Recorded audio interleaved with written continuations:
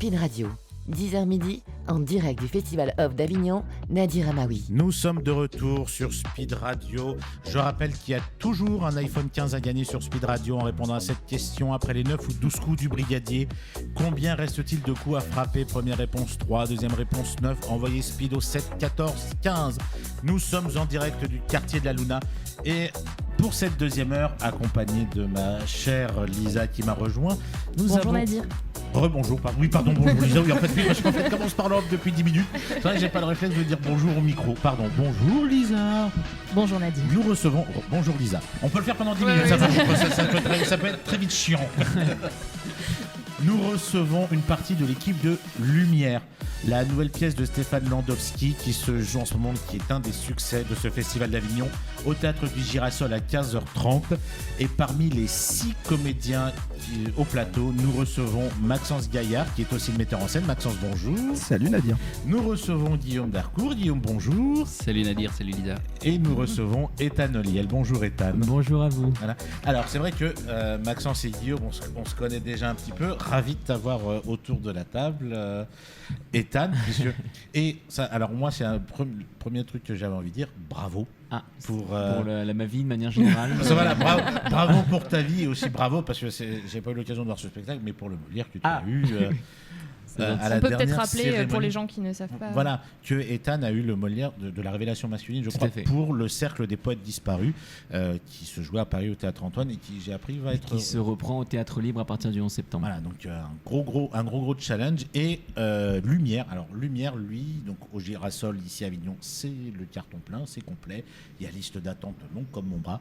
Et nous avons appris que à la rentrée, vous serez à Paris en novembre au Théâtre du Lucernaire. Exactement, du 6 novembre au 26 janvier pour être précis. Soyons précis en effet. Donc là, Ethan, entre le cercle et Lumière, je ne sais pas comment tu vas commencer ton année. Question suivante. Il ne faut pas en parler, c'est trop compliqué. Alors, lequel de vous trois a envie un peu de pitcher le spectacle Lumière? Guillaume?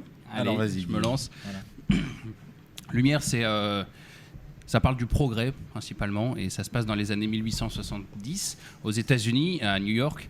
À cette époque, l'électricité elle est en train de se répandre un peu partout et il y a un homme qui l'a bien compris, qui vient d'inventer une petite chose qu'on utilise pas mal aujourd'hui qui s'appelle l'ampoule électrique. Et c'est Thomas Edison. Mais le problème de Thomas, c'est qu'il travaille avec du courant continu et aujourd'hui, on voit bien que dans nos prises et dans nos lampes, on a du courant alternatif. Alors à cette époque, il s'est retrouvé face à un homme qui s'appelle Westinghouse, George Westinghouse, qui était un riche industriel qui avait fait fortune dans les trains. Et qui lui avait bien compris aussi qu'il y avait un peu de pépette à se faire avec l'électricité, et qui s'est associé à Nikola Tesla pour affronter Thomas, alors eux défendant le courant alternatif, affronter Thomas au cours d'une période qu'on a appelée la guerre des courants électriques.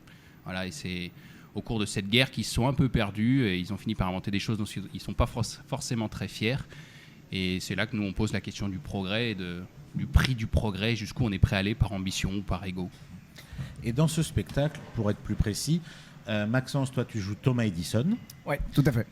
Guillaume, tu joues George Westinghouse. Exactement. Et Ethan, tu joues Nikola Tesla. Oui, en fait, on a les trois plus gros pionniers de l'électricité autour de cette table. Exactement. Voilà. Mais avec, Vas-y, je t'en prie. avec un rôle important aussi pour leurs femmes, certaines de leurs aussi, femmes, oui. dans la pièce qui permettent de mettre en lumière pour le coup des personnages un peu oubliés de l'histoire et on parle aussi de leur rôle à elles et de leur affrontement à elles. Marie Edison et Marguerite Westinghouse qui sont jouées par Lauriane Lacaze et Lou Lefebvre également. Et il y a aussi un narrateur, on ne dira pas qui est cette personne, mais un narrateur qui est interprété par Mathias Marty également. Mais pour découvrir pourquoi il y a un narrateur autour de ce spectacle, il faut venir découvrir ce spectacle au Théâtre du Girasol. Donc, pas sûr, vu le succès de ce festival. On est un peu au bout, mais... Voilà. Là, il reste quelques places peut-être. Il reste quelques places pour dimanche. La dernière représentation, courez tout de suite le découvrir. Nous, on l'a vu hier avec Lisa, donc c'était blindé. Les gens sont debout à la fin pour applaudir. Je pense que c'est un spectacle qui le mérite parce que c'est vrai qu'il y a des choses dans ce spectacle que moi je ne savais pas. Tout simplement, George Westinghouse, j'en avais jamais entendu parler avant ce spectacle-là. Autant Thomas Edison et Nikola Tesla, oui. Autant George Westinghouse, jamais. Et cette fameuse guerre des courants dont tu parlais, Guillaume, c'est vrai que c'est quelque chose dont on entend peu, voire pas du tout parler dans l'histoire, à moins d'aller chercher vraiment dans les livres d'histoire les plus les plus précis sur ce sujet. Ouais, c'était un peu la réflexion de base quand on a voulu porter ce projet avec Guillaume. Il y avait deux éléments. Le premier, c'était effectivement de savoir que après avoir voulu éclairer le monde, ils ont fini par s'enfoncer dans quelque chose de beaucoup plus sombre, et cette question-là nous intéressait. Mais aussi de se rendre compte que finalement, Westinghouse, qui est le grand vainqueur de cette guerre des courants, on spoil rien en disant ça, puisque le courant alternatif s'est imposé aujourd'hui, était en fait le seul qui n'était pas connu des trois. Et on trouvait ça effectivement intéressant de se demander pourquoi, comment est-ce que Edison, qui a remporté le morceau, en tout cas dans on dirait la fame aujourd'hui, ouais, la notoriété. C'est ça en 2012, oui. Je te regardais parce que je pensais que c'était ta génération. Ouais, en fait. bah, pas du tout. Non, d'accord. Ça fout un coup de vieux. Ouais, Pas de soucis, vraiment pour vous mettre en valeur. C'est vrai que Edison est resté, je crois qu'il a été nommé homme le plus illustre de l'histoire des États-Unis d'Amérique à sa mort, et pourtant on se rend bien compte que le vrai succès, il a été porté par Tesla et par Westinghouse. Donc c'était intéressant pour nous de se poser aussi la question de ce qui a fait que le nom de cet homme est complètement retombé dans l'oubli, comme celui de Tesla d'ailleurs, qui n'est revenu à la mode, si je puis dire, que grâce à Elon Musk et à sa voiture, qui a racheté le nom de Tesla en hommage justement aux pionniers de l'électricité. Mais finalement, Tesla, pendant des centaines d'années, est tombé lui aussi dans l'oubli, ce qui n'a pas été le cas d'Edison, qui a pourtant perdu cette guerre des courants. Tombé dans l'oubli, parfois même caricaturé comme un savant fou, parce que c'était effectivement quelqu'un qui avait des phobies, qui avait des tics, qui avait même des hallucinations quand il était petit. Et donc oui, on a peiné à lui rendre l'hommage qu'il méritait, et ça c'était quelque chose que je crois Maxence voulait aussi faire à travers cette pièce. Et puis il a été spoilé aussi d'énormément de brevets vers la fin de sa vie. Il avait inventé beaucoup de choses qui lui ont été volées, et aujourd'hui on est en train de lui réattribuer un certain nombre de brevets de cette époque-là. Oui, il faut quelques siècles malheureusement pour ça. D'ailleurs, si ma mémoire est bonne, je crois qu'à la fin du spectacle, c'est ce que dit ton personnage, Guillaume Georges Westinghouse. J'ai gagné, mais tout le monde m'a oublié. C'est ça qui est quand même assez perturbant dans cette histoire. Alors les gens se souviennent un peu des ascenseurs. En tractant, je me suis rendu compte que les gens disaient ah oui, les ascenseurs Westinghouse. D'accord, j'allais dire son deuxième prénom, c'était Otis. C'est vrai que c'est une pièce finalement sur le progrès, sur le fait que dans chaque progrès qui vient éclairer l'histoire, il y a aussi des pardons, parce qu'on ne va pas mentionner l'invention qui apparaît à la fin, mais venez voir le spectacle pour découvrir aussi quelle invention est liée à tout ça, et la part d'ombre aussi de cette lumière quelque part. C'est un peu le retournement du spectacle, et ça vaut le coup pour ça. Mais oui, c'est aussi l'idée que finalement certains progrès, c'est des choix, c'est pas un truc linéaire, c'est un peu du hasard. On part sur le courant alternatif, on part sur le courant continu, c'est une guerre aussi. Qui gagne quelle guerre, et ça j'ai trouvé ça super pertinent. Ouais, c'est sans dire que on aime bien quand même que, bien que ce soit un spectacle historique, on se pose une question qui résonne un peu aujourd'hui. J'aime pas trop ce mot résonne, mais j'en trouve pas d'autre à chaque fois que j'en parle. Qui a un écho peut-être. Oui, qui a un écho. Aujourd'hui, on parle par exemple beaucoup de l'intelligence artificielle. Tout le monde dit c'est génial, on peut faire un PowerPoint en 2 secondes et son devoir de français. Mais qu'est-ce qui va advenir de tout ça ? Peut-être que du bien, mais on n'est pas à l'abri que quelqu'un le prenne pour en faire autre chose. Et c'est exactement ce qui est arrivé à cette époque-là. Éclairer le monde, c'est aussi ça qu'on veut porter dans le spectacle. Mais aujourd'hui, on appuie sur un interrupteur, personne ne se pose la question de ce qui s'est passé il y a 150 ans. Et c'est ce qu'on raconte dans ce spectacle, c'est que finalement, c'est pas si anodin que ça, que ça faisait quand même des milliers d'années qu'on s'éclairait à la bougie, puis à la lampe à gaz, à huile. Donc cette révolution, elle est incroyable, mais à un moment, par ego, par orgueil, par des sentiments qui sont finalement très humains, on tire cette invention géniale et on en fait quelque chose d'autre. Et moi, c'est en tout cas aussi dans ce sens-là qu'on voulait porter le spectacle, les réseaux sociaux, Internet, la communication. Qu'est-ce qu'on en fait aujourd'hui ? Et j'espère qu'on peut ressortir de ce spectacle en se posant la question. C'est aussi le rôle du personnage porté par Mathias dans le spectacle, de poser les questions finalement au-delà de l'aspect simplement historique, quoi. Et pour continuer le parallèle avec l'IA, c'est vrai qu'aujourd'hui on a aussi une guerre des GAFAM pour savoir qui va avoir le monopole ou le plus de parts de marché. Les GAFAM de l'époque, c'est Edison et Westinghouse. Finalement, la grande question, c'est est-ce qu'une quête du progrès peut se suffire à elle-même ? C'est-à-dire, est-ce que le progrès veut juste son propre progrès, ou est-ce qu'il est toujours mêlé à une ambition de pouvoir, à une ambition de puissance ? Et donc, quelles conséquences ça a fatalement sur des individus qui a priori, n'avait pas forcément demandé quoi que ce soit dans cette histoire. Ouais. Mais quand on voit le spectacle, on a l'impression, après je peux me tromper, ça a été une vision que moi j'ai eu un petit peu sur ce spectacle, c'est que Thomas Edison, lui, il fait pas ça pour la gloire et la notoriété. Lui, c'est pour avancer, c'est pour faire avancer le progrès, alors que Westinghouse, lui, c'est vraiment au contraire plus pour la gloire. Et Nikola Tesla, lui, c'est non pour pouvoir aider les gens, pour faire évoluer un petit peu le progrès. Donc en fait, les deux qui sont les plus proches dans leur quête, c'est plus, comme c'est le cas au début, Thomas et Nicolas. Le personnage de George Westinghouse, c'est le seul qui lui vraiment fait ça par la notoriété, pour la gloire. C'est un industriel. Voilà, exactement. Ouais. C'est un industriel. Il avait senti qu'il y avait de l'argent à faire. C'était un entrepreneur. Il a senti que c'était le courant qui allait se développer. Il fallait qu'il travaille là-dessus parce qu'il y avait des sous à faire, parce qu'il y avait de la notoriété à prendre, etc. Mais c'est un peu plus subtil que ça. Je pense que Edison était un inventeur, mais il était un peu le combiné entre les deux, c'est-à-dire que ce qui a été reproché par la suite à Edison, c'est d'avoir récupéré en son nom des brevets de gens qui travaillaient pour lui. Et finalement, c'est ce qu'on dit dans le spectacle aussi, et c'est ce que lui reproche Tesla. Je croyais que vous travailliez tout seul. Il dit non, en fait, moi j'ai inventé un système. Il a un peu inventé le Fordisme de l'invention, c'est-à-dire le travail à la chaîne des types géniaux qui bossent sur des inventions, et puis à la fin, ça remonte, et lui, il colle son nom sur le truc, et il dit c'est Edison. Lui est responsable d'un certain nombre d'inventions, évidemment, mais pas autant que le nombre record de brevets qu'il a déposés, parce qu'il avait compris que s'il allait chercher la matière là où elle était, c'est un peu ce qu'a fait George avec Tesla, là où Tesla, lui, ne faisait ça que pour l'avenir du monde. Son rêve, Voilà. c'était de donner accès à tout le monde, sur toute la planète, l'électricité, qu'elle soit gratuite et accessible à tous. C'était son rêve, un de ses rêves en tout cas. Donc en fait, le plus humain, on va dire, le plus humain des trois, c'est Nikola Tesla. Clairement, ouais. Complètement. Oui, humain dans ce sens-là, alors qu'il était probablement très handicapé socialement et qu'il avait en tout cas quelques difficultés parfois dans sa relation avec les autres. La manière dont tu l'incarnes, il est assez neuroatypique, on peut dire. En fait, il était. C'est là, ça c'était assez chouette dans la création du personnage, parce qu'il fallait à la fois pouvoir rendre hommage à ce qu'il avait été, donc effectivement aux phobies qu'il avait, aux angoisses qui étaient les siennes. C'est quelqu'un qui comptait tous ses pas, qui s'il commençait une action et que l'action n'était pas divisible par 3, il la recommençait. Donc c'est vraiment quelqu'un qui était pétri de ce genre de choses. Et donc il fallait forcément rendre hommage aussi à ça et à son génie bien sûr, et en même temps trouver le plaisir d'incarner dans la libre adaptation.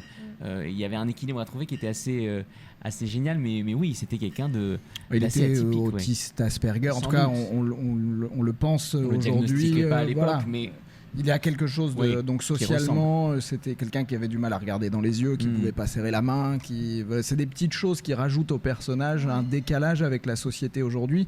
Et en même temps, il a dû lutter un peu toute sa vie pour rentrer dans ce monde qui lui paraissait étranger, pour être capable d'y apporter ce que lui portait à l'intérieur, quoi.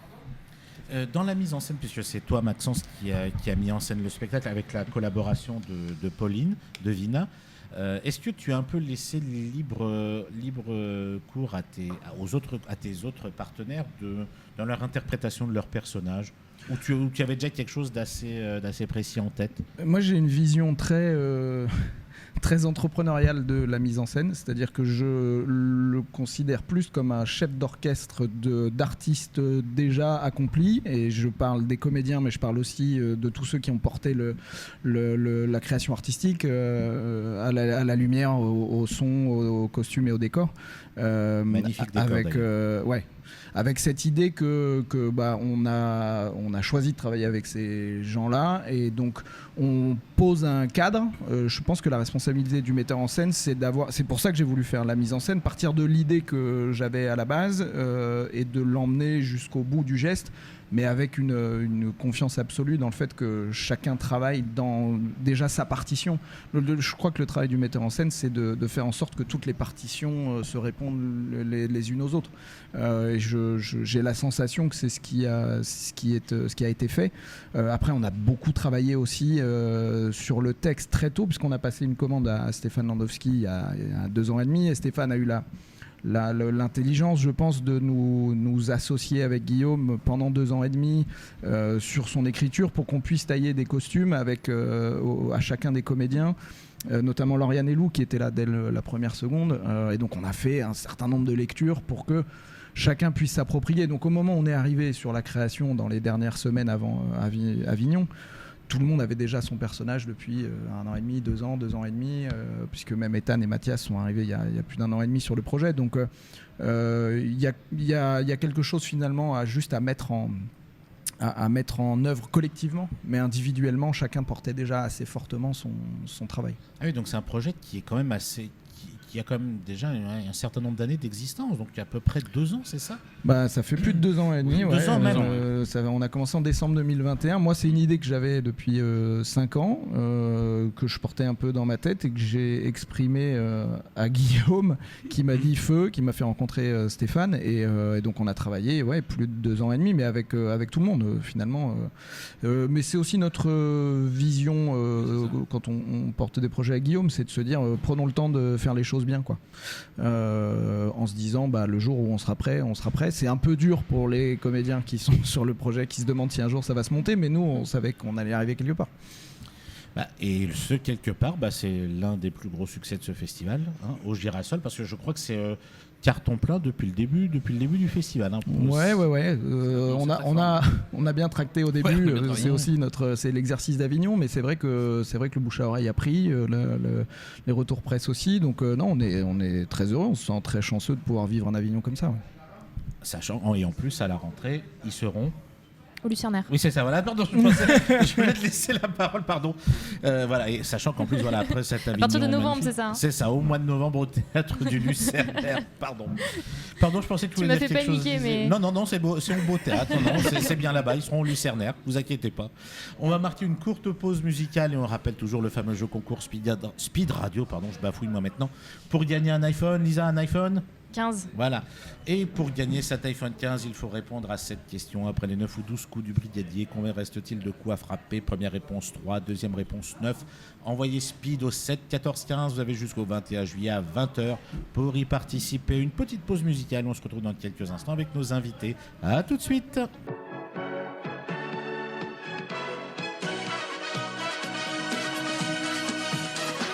Speed Radio, 10h midi, en direct du Festival Off d'Avignon, Nadir Amaoui. Nous sommes de retour sur Speed Radio en direct du quartier Luna, toujours avec ma chère et adorable Lisa, toujours avec Maxence Gaillard, Guillaume Darcourt et Ethan Niel pour nous parler de Lumière, la nouvelle pièce de Stéphane Landowski que Maxence met en scène avec la collaboration de Pauline Devina.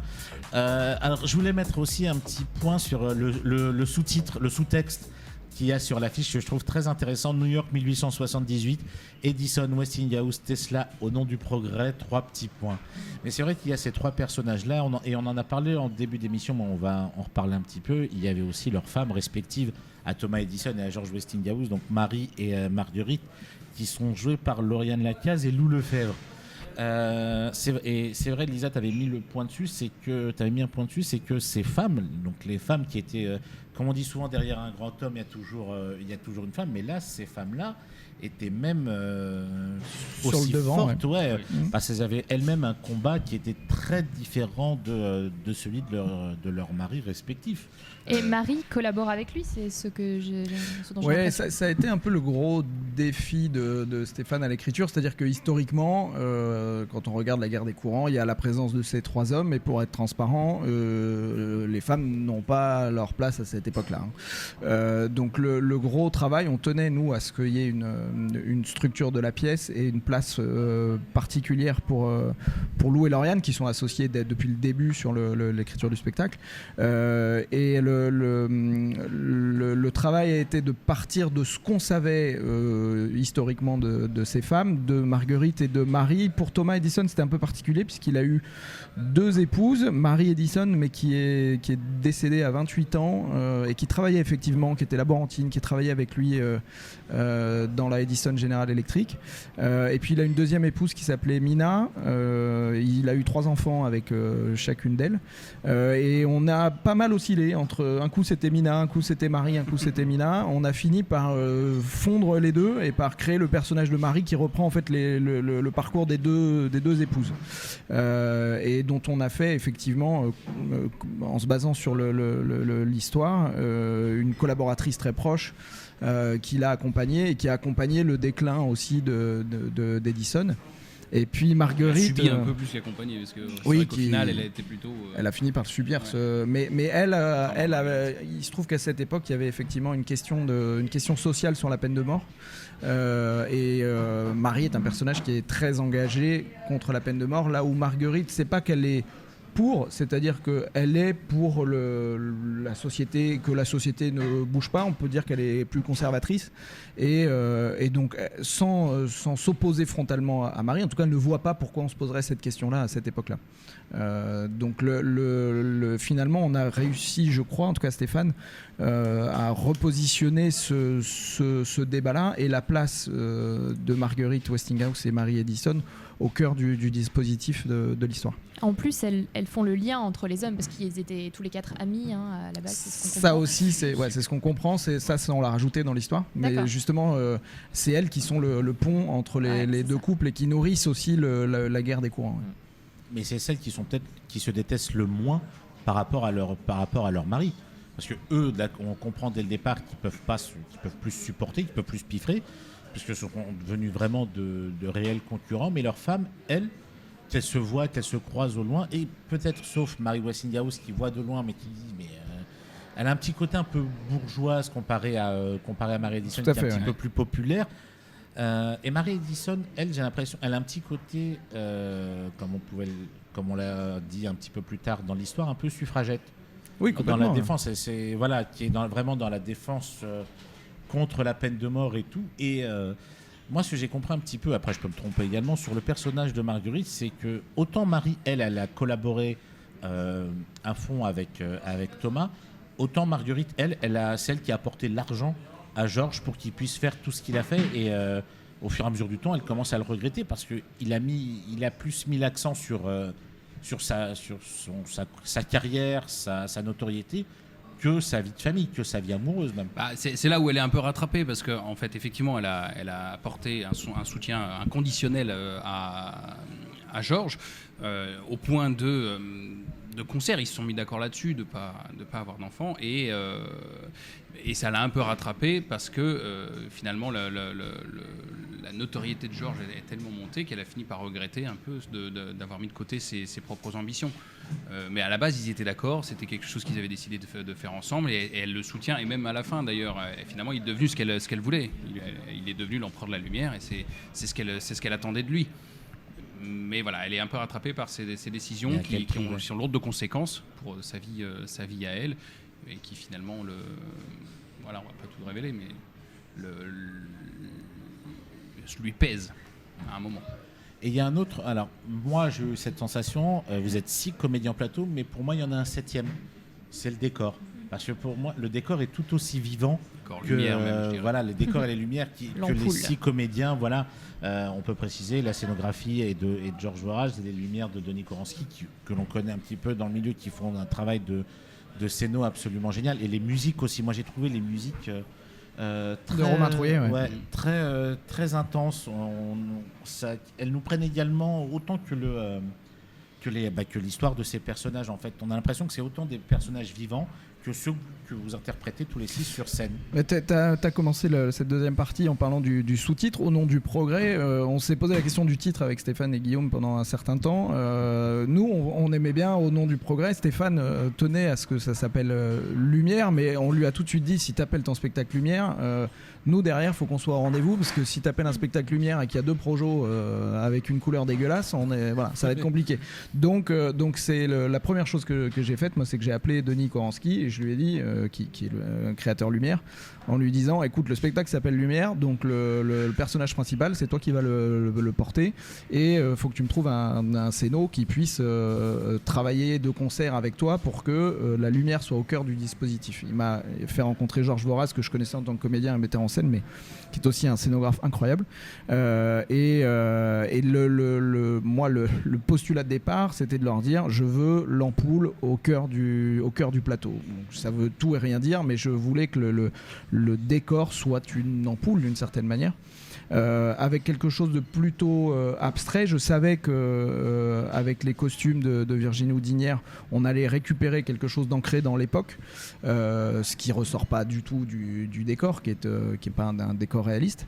Et le deal, c'était d'essayer de faire un son et lumière indépendamment du texte et des comédiens, puisque nous on travaillait de notre côté là-dessus depuis 1 an et demi, et je crois que les 4 là ont réussi à faire un objet artistique qui vaut le déplacement en lui-même, parce qu'il y a un objet visuel et sonore qui est, à mon sens, vraiment de qualité, quoi. Ah oui, il y a un être totalement vivant en plus sur scène, moi je trouve. Et je voudrais ajouter, pardon, mais tu disais le 7e personnage c'est la lumière, c'est vraiment comme ça qu'on le présentait quand on faisait des lectures, hein, quand on allait voir des producteurs. Il y a le travail du régisseur, notre régisseur qui s'appelle Sereine Bourgoin. Je voudrais juste dire 2 mots dessus, parce que oui. quand on fait une créa comme la nôtre, chaque ampoule, il y a plus de 50 ampoules sur le plateau, chaque ampoule s'allume au millième de seconde et tout est réglé pendant la créa, et chaque soir il y a un travail, voilà, s'il y a un problème électrique sur le spectacle, il n'y a plus de spectacle, faut qu'on soit honnête, hein. Nous il y a un truc qui vraiment se casse la figure, et le travail de créa aussi de Sereine, et tous les soirs il est là littéralement, cette 7e personne, puisqu'il est dans la régie, il nous accompagne au millième de seconde près avec les machines de Tesla. Il y a quelque chose de très artistique dans la responsabilité portée par le régisseur aussi, voilà. Ouais, ce que j'ai apprécié sur le décor, c'est que je trouve qu'effectivement, il n'est pas réaliste, mais en même temps, comme on est aussi censé être dans des ateliers, finalement, ça a aussi un côté réaliste. On pourrait dire, ah ouais, ça pourrait ressembler à ça finalement chez eux ou sur leur lieu de travail, quoi. On oscille entre les deux. C'est ça qui fonctionne. Ouais, tout à fait. Je trouve que le challenge qu'a réussi Georges, c'est la bascule entre les différents espaces, avec un mobilier qui pourtant est unique, mais un dispositif avec un certain nombre de surprises aussi, qui nous permet de passer d'un espace à l'autre avec les lumières, et je crois vraiment que de ce point de vue-là, c'est une réussite, indépendamment du reste. On parle beaucoup d'histoire et de au nom on peut dire au nom du progrès depuis le début, mais on tient quand même à souligner qu'il y a beaucoup d'humour dans ce spectacle, notamment dans la guéguerre que se font Thomas et Georges, mais surtout aussi l'interprétation que tu fais, Ethan, de Nikola Tesla, mais en fait presque la moindre phrase est source de rire par la personnalité. Par la personnalité du personnage et le comique de contraste qu'il y a entre lui et chacun des deux, en fait. Je ne sais plus quelle est la première phrase que tu lui dis quand Georges commence à travailler avec Nikola Tesla. Il y a une phrase qu'il lui dit... Il y a quelqu'un qui vous comprend, qui parle de la compréhension de Nicolas. Oui, c'est ça, oui. Oui, il dit, effectivement. Oui, ils ont dû beaucoup s'amuser, vos parents.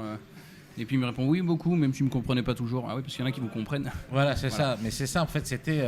et en fait, c'est presque la vie de Nikola Tesla, c'est qu'il a été incompris par beaucoup de gens. Et pourtant, c'est un véritable génie. Parce qu'il parlait pas sa langue maternelle en plus. Non, il parlait pas sa langue maternelle. Alors c'est quelqu'un qui maîtrisait un nombre de dialectes. Je crois qu'il parlait presque 8 langues, hein, je crois, quelque chose comme ça. Mais c'est vraiment un scientifique qui gagne à être connu, pas que pour ce qu'il a fait, mais individuellement en tant qu'humain, parce qu'il avait une personnalité tellement atypique. Et c'est une forme de poète de la science. Il a une approche de celle-ci qui est quasi dionysiaque, quasi dans l'ivresse. D'ailleurs, on lui connaît pas de relation personnelle. On ne lui connaît pas de relation, que ce soit avec des femmes ou avec des hommes. Oui. Il Il n'a jamais été marié, non? Non, jamais été marié, même on ne lui connaît pas de relation, tout bonnement, quoi. Sa vie, c'était les chiffres, c'était les inventions. Il fermait les yeux, il s'imaginait une machine et puis il se lançait dedans. Sa vie, c'était ça. Il allait même parfois jusqu'à ne pas construire la machine. Il l'impensait dans sa tête, il la faisait fonctionner. Si elle fonctionnait pas, il changeait les boulons par-ci par-là qu'il fallait faire. Une fois qu'elle fonctionnait, c'est bon. C'était fini. Uniquement dans sa tête. Dans sa tête, c'est bon. Il n'y a même pas besoin de la construire. Et c'est vrai qu'il y a quelques touches d'humour aussi avec des petits anachronismes parce que justement Oui. Tesla on en parle beaucoup aujourd'hui, donc il y a des petits clins d'œil à ça, à des choses qui seront inventées bien plus tard et ça marche. Enfin c'est vraiment le petit décalage. Dont qui certaines fait- qu'il avait déjà imaginées. Les fusées dont on parle, il les avait tout déjà à fait, imaginées. D'accord. Il le dira pas, mais c'est vrai que la performance d'Ethan est d'autant plus impressionnante que le personnage est construit. Il parle avec un accent et comme il était serbe, toute l'écriture de Stéphane est faite avec des tournures de phrases inversées. Donc vous mettez l'accent plus les tournures de phrases inversées. Il faut avoir un sens de la rupture vraiment excellent pour être capable d'être audible et hyper précis techniquement. Ce que Ethan fait évidemment très bien. Je sais que quand on a eu la première version nous, du texte avec Guillaume, on s'est regardé un peu, on s'est dit alors t'as bien aimé? Il a dit ouais, le personnage de Tesla il est bien, on a envie de le jouer, hein. Ouais, mais on est incapable.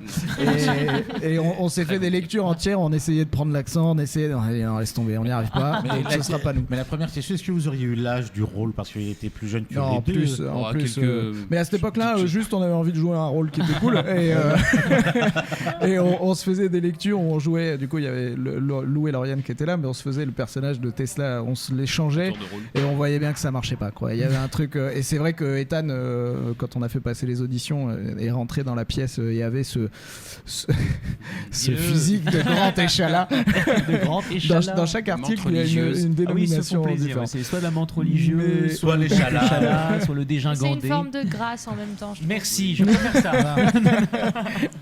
Et sur ce mot grâce, mais avec un C majuscule, que nous marquons notre dernière pause musicale avant de retrouver nos chers invités. À tout de suite.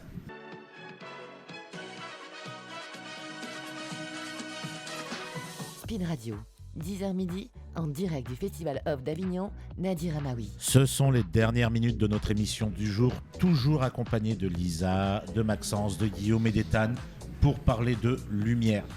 Le sous-titre, New York 1878, Edison, Westinghouse, Tesla, au nom du progrès.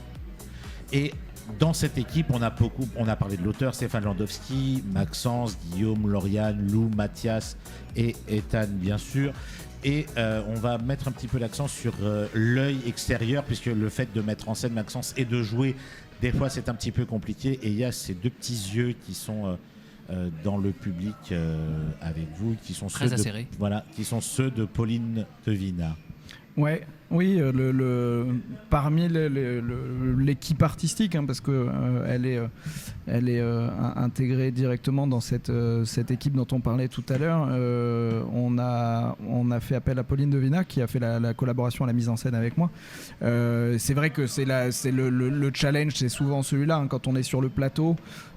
Autant sur les choix justement artistiques en amont, les échanges avec l'équipe artistique, il y a toute la disponibilité d'esprit pour le faire, mais dès que la création commence, en tout cas avec un personnage comme le mien aussi qui est relativement souvent au plateau, le travail de Pauline a été assez déterminant à cet égard, il a fait le fils de vraiment de la mise en scène et surtout de la direction d'acteur, et c'est vrai que quand il y a un spectacle dont on parlait tout à l'heure de la création technique et scénographique, c'est un spectacle qui a demandé beaucoup de temps pour régler tous ces aspects techniques.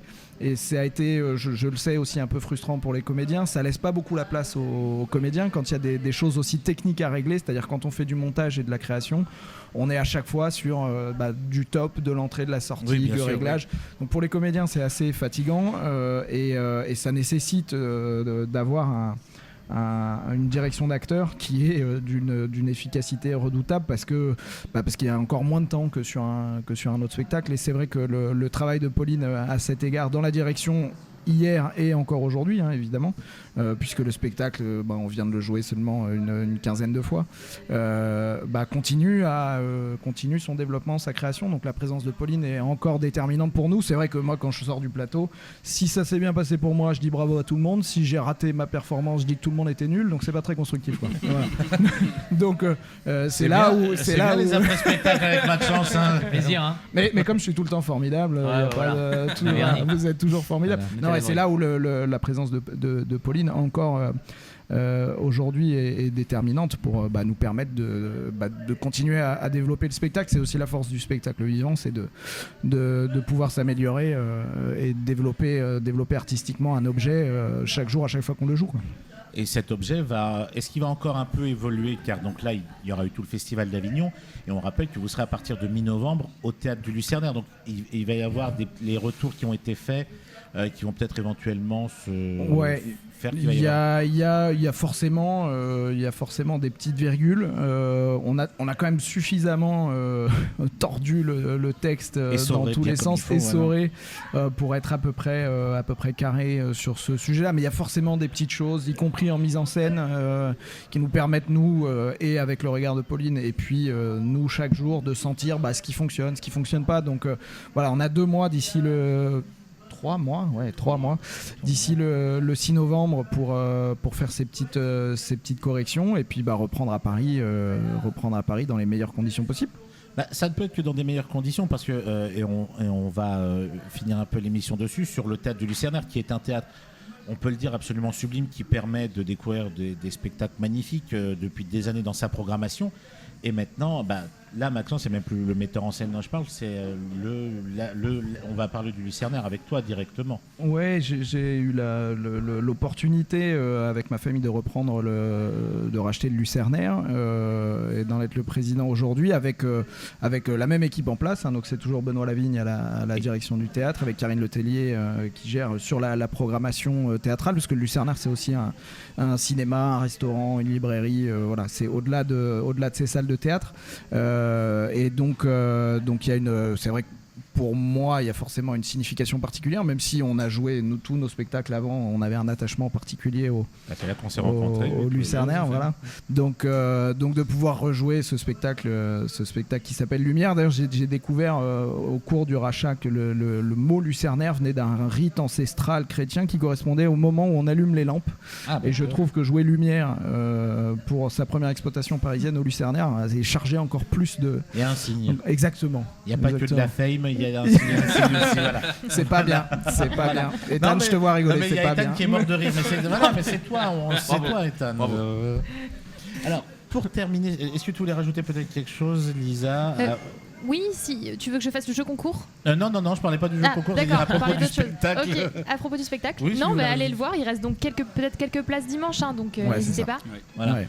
Donc on rappelle encore une fois Lumière de Stéphane Lodowski, mis en scène par Maxence en collaboration avec Pauline Devina, avec Maxence, avec Guillaume, avec Ethan, avec Lauriane Lacaze, Lou Lefebvre et Mathias Marty, à 15h30 au Théâtre du Girasol, et à partir du 6 novembre au Théâtre du Lucernaire.